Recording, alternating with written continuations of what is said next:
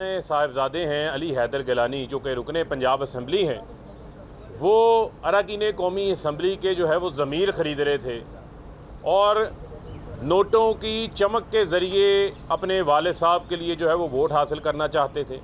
और आपने देखा कि उसके बाद जो इलेक्शन का नतीजा आया वो नतीजा यही ज़ाहिर कर रहा था कि अरकान अपोजिशन के जो है उनकी तादाद इंतहाई कम थी, लेकिन यूसुफ रज़ा गिलानी वोट लेकर जो है वो सेनेट में ख़रीदो फ़रोख्त करने के बाद मुंतखब हो जाते हैं। पिछले 1 साल से इलेक्शन कमीशन के सामने जो ये मामला है और इलेक्शन एक्ट इस हवाले से बड़ा वाज़ेह है कि आप किसी वोटर को कोई लालच नहीं दे सकते वोट ख़रीदने के लिए, उसको इन्फ्लुएंस नहीं कर सकते पैसे के ज़रिए।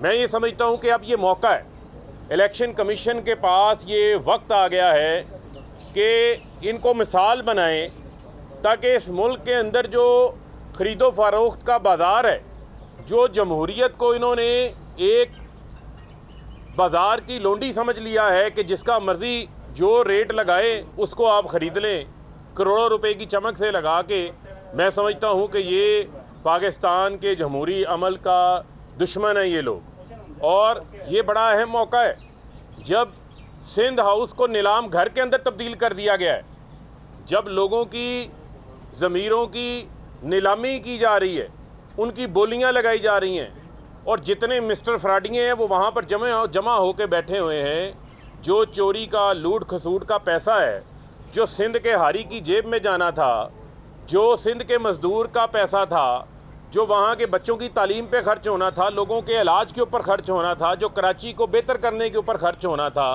जो NFC से 2000 अरब रुपया सिंध हुकूमत लेके चले गई, क्या वो पैसा इन्होंने सिंध की आवाम का पैसा यहाँ पर जो है वो अपनी चोरी बचाने के लिए, पापड़ वाले को, फालूदे वाले को आसिफ अली जरदारी ने बचाने के लिए सिंध हाउस को नीलाम घर के अंदर तब्दील कर दिया है।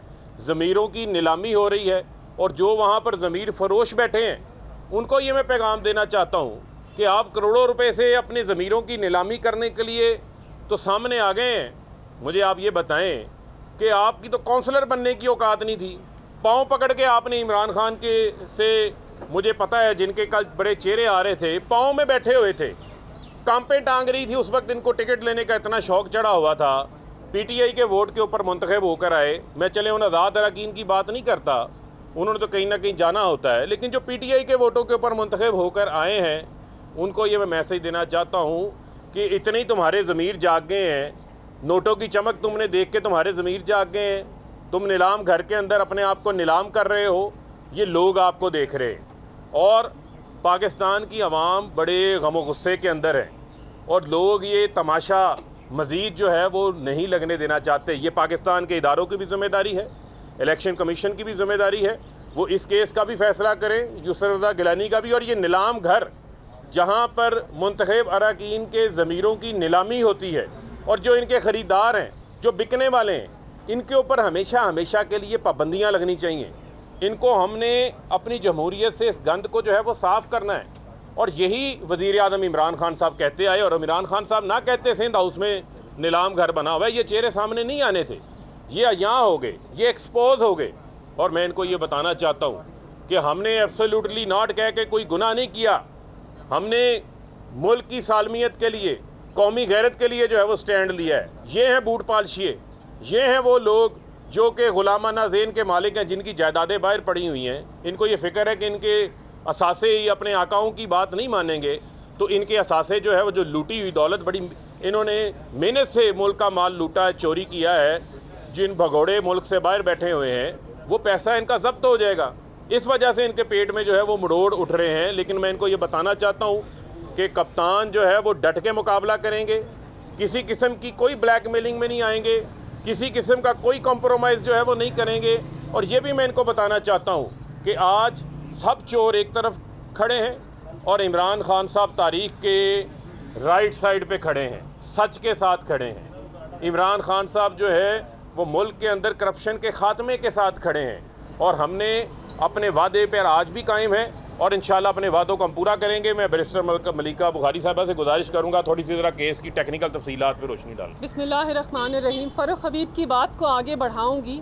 ये जो केस है इलेक्शन कमीशन के सामने ज़ेर गौर, ये कोई आम मामूली केस नहीं है।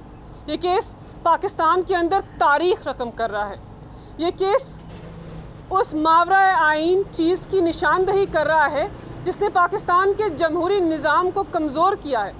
पहली दफ़ा ज़मीर फ़रोशी का अमल पाकिस्तान की आवाम के सामने नहीं आया, ज़मीरों की मंडी लगती रही है। आज जो सिंध हाउस में हो रहा है उससे क्या सामने आ रहा है कि चेहरे भी वही हैं, अमल भी वही है, स्क्रिप्ट भी वही है, लेकिन सिर्फ टाइम चेंज हो गया है। इलेक्शन कमीशन ऑफ पाकिस्तान जो एक अहम आइनी इदारा है, जो पाकिस्तान के अवाम के वोट का मुहाफ़िज़ है, जो पाकिस्तान के जमहूरी निज़ाम का मुहाफ़िज़ है, उसने वोट के तकद्दुस को बहाल करना है। उसने मेंबरान पार्लियामेंट के ज़मीर फ़रोशी के अमल को रोकना है। यहाँ पर यूसुफ रज़ा गिलानी के वकील ने एक बेहतरीन यू टर्न लिया। पाकिस्तान की आवाम को आज बताया है इलेक्शन कमीशन के अंदर कि वो जो वीडियो सामने आई थी दरअसल वो मेरी नहीं थी। मैंने जो प्रेस कॉन्फ्रेंस की थी और जहाँ पर अलल ऐलान 2 मार्च को पाकिस्तान की आवाम के सामने कहा था कि हाँ मैं वो शख्स हूँ जिन्होंने पाकिस्तान तहरीक इंसाफ के मेंबरान पार्लियामेंट से मुलाकात की, हाँ मैं वो शख्स हूँ जिन्होंने उनको बताया कि वोट को ज़ाय करने का तरीक़ेकार क्या है, आज अपने ही उस बयान से मुनहरिफ हो गए। हमारी इलेक्शन कमीशन ऑफ पाकिस्तान से क्या इस्तदा है? ये पाकिस्तान की तारीख के अंदर अहम मोड़ है। आइनी इदारे को पाकिस्तान के जमहूरी निज़ाम में किसी चीज़ के लिए बनाया गया है, किसी वजूहात की वजह से आपको एक आइनी इदारा, आइनी इस्तेहकाक और कानून के अंदर इख्तियारात दिए गए हैं। ये वो मौका है जब आप सामने आइए और फैसला कर दीजिए कि जब जब पाकिस्तान के मावरा आइन मेंबरान पार्लियामेंट ज़मीर को खुलेआम बेचेंगे तो आप उसके अंदर सुओ मोटो अस खुद नोटिस लेकर उनको कैफर किरदार तक पहुंचाएंगे। जब जब मेंबरान पार्लियामेंट कानून को तोड़ेंगे आप दीवार बन के आएंगे उनके सामने। ये केस फ़ारूक हबीब, मलिका बुखारी या यूसुफ रज़ा गिलानी या अली हैदर गिलानी के माबैन नहीं है। ये केस पाकिस्तान की आवाम और इलेक्शन कमीशन के माबैन है। ये जिम्मेदारी इलेक्शन कमीशन के ऊपर आयद होती है। हम आइनी इदारे को मुतनाज़ा नहीं बना रहे, आइनी इदारे से गुजारिश कर रहे हैं मुताला कर लीजिए पाकिस्तान की इलेक्शंस एक्ट 2017 का। सेक्शन 4 क्या कहता है कि आपने मुकम्मल इंसाफ करना है। सेक्शन 8 कहता है कि आपके पास इख्तियारात हैं कि आप इस किस्म के केसेस के अंदर अपना कलीदी किरदार अदा करें। पाकिस्तान के तहरीक इंसाफ के वर्कर के अंदर, पाकिस्तान तहरीक इंसाफ के मेंबरान पार्लियामेंट के अंदर, पाकिस्तान के आम आदमी के अंदर आज तशवीश और गम व गुस्सा है। वो क्या देख रहे हैं कि उन्होंने जिस आदमी की शनाख्त के ऊपर, जिस आदमी के नाम के ऊपर, जिस आदमी के मंशूर के ऊपर वोट दिया था, उस वोट को मेंबरान पार्लियामेंट पामाल कर रहे हैं। हमारी गुजारिश है मेंबरान पार्लियामेंट से कि आपने ज़मीर फ़रोशी कर दी, लेकिन याद रखिए खुददारी एक तरफ है और ग़ुलामी एक तरफ है, ईमानदारी एक तरफ है और करप्शन एक तरफ है, ज़ातियात एक तरफ है और अवाम की ख्वाहिशात एक तरफ है। आपके पास अब भी वक्त है, ज़मीर फ़रोशी के अमल को रद्द कर दीजिए, अपनी सफ़ों में इत्तेहाद लेकर इस तरफ वापस आ जाइए। आपके ऊपर आइनी, इखलाकी और कानूनी ज़िम्मेदारी है कि अगर आपने इस सीट को छोड़ना है तो इखलाकी तौर पर इस्तीफ़ा दीजिए और फिर ऐवान में जाकर फैसला कीजिए कि आपने किस हैसियत से उस ऐवान में जाकर वोट डालना है। बहुत शुक्रिया। साहब ये बताइएगा, परवेज़ इलाही साहब ने अपने इंटरव्यू में समा को दफ़े अल्फाज में ये कहा कि इमरान खान साहब नवाज शरीफ वाली गलती कर रहे हैं, जरदारी साहब की तरह एक्सटेंशन दे देते तो शायद ये मसला ही ना बनता। देखिए, मैं नहीं समझता कि कोई ऐसा जो है वो मामला है। बुनियादी तौर के ऊपर आप ये देखें कि सबको जो है वो, जब आप कोई इत्तेहाद बनाते हैं तो उस इत्तेहाद के अंदर आप सबको साथ लेके चलते हैं और उसमें वो इक़्तिदार का हिस्सा भी हैं। तो मैं नहीं समझता कि कोई ऐसा मामला है। लेकिन अब मामला जो है वो अदम एतमाद का मामला ही नहीं है, मामला उससे आगे बढ़ गया है। अगर आप अदम एतमाद जो है वो इस तरीके से आएगी कि आप लोगों के, जिसने मुल्क लूटा हुआ है, जिसने करप्शन की है, पैसा बनाया है, वो आएगा और चंद टकों की खातिर जो है 5-10 अरब रुपए में पाकिस्तान की सारी जमहूरियत को ख़रीद लेगा, सारा जो इलेक्टोरल प्रोसेस है उसको ख़त्म कर देगा। तो भाई इन्होंने तो अरबों नहीं, इन्होंने तो खरबों रुपए की दिहाड़ियाँ लगाई हुई हैं, इनके पास तो माल ही बहुत है। फिर तो हम पाकिस्तान की जमहूरियत को नीलाम घर बनने नहीं देंगे। हमने जो है उसके अंदर भरपूर रेजिस्ट करेंगे, उसके आगे भरपूर जो है वो रुकावट बन के खड़े होंगे।